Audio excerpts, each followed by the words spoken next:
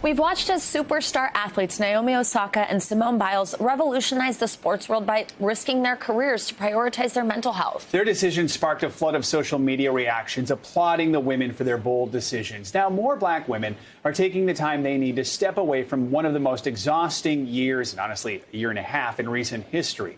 Dr. George James is a licensed marriage and family therapist at the Council for Relationships. He joins us now with more. Dr. James, good to have you with us. I mean, first of all, just tell us, why are black women experiencing such high levels of burnout, both their professional and personal lives? Is it that they're held to different expectations? First of all, I can't discuss this or say that I know everything for every black woman that works or that is out there. But I think it's great that we're talking about this topic because it is something that has been going on for a very long time. And Kimberly Crenshaw, who developed and introduced the term intersectionality, talks about how people can experience multiple layered isms and injustices. And for black women, racism and sexism is at the heart of this. What they've had to accomplish, what they have to go through just to be seen, just to be treated fairly is really exhausting and overwhelming. And I think that's at the heart of why so many black women are saying, I'm overwhelmed, I've done this for too long, and I need to take a break. Yeah, I love that you point out, of course, we can't explain every experience in this. And actually, to that end, I'd like to put it in the words of someone who's experienced this rather than myself. This comes from an article in the Washington Post that kind of inspired this segment that's in part titled "Black Professional Women Are Exhausted." One of the women quoted said, "Black women have been groomed to overachieve." What role do you think cultural attitudes like that play in this type of burnout? And what happens to black women when we invalidate their exhaustion? We don't see it. We don't honor it.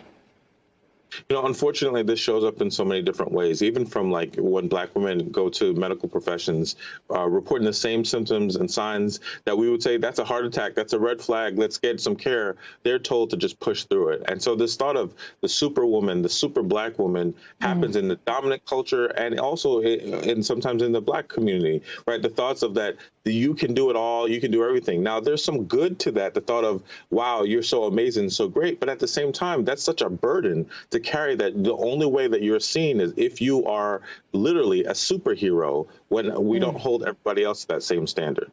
So what's the advice? What can be done to protect mental health at work without feeling guilty or fear that they may lose their jobs in the process? What advice do you have?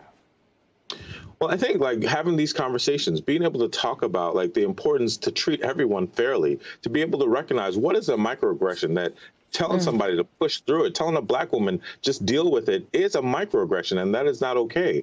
Being able to say it's okay to take a break, to take the examples of Simone Biles and Naomi Osaka, that it's okay to say, you know what, I'm going to step down for my mental health. And then personally, what I would encourage every black woman to say, it's okay for you to put you as number one and not everybody else. What did you think when you saw Simone and Naomi take the steps that they took? As a mental health practitioner, licensed therapist, there was a part of me that was excited to say, yes, we must put our mental health first. We must make that a part of the conversation and model that. Right? I was sad by everything they had to go through and that they had to feel like they were at the brink of like their life and their mental health to be able to make this decision. But I was glad that we are talking about this in sports, in entertainment, in our everyday life. We need to focus and put mental health first. And I think it's so important to see examples like that because especially at that level of notoriety, of fame, to see that it didn't hurt them, it inspired people. So hopefully people can take that kind of lesson in their own day-to-day jobs and lives. Dr. George James, thank you so much for joining us for this important conversation. Thanks, Savannah. Thanks, Joe. I really appreciate it.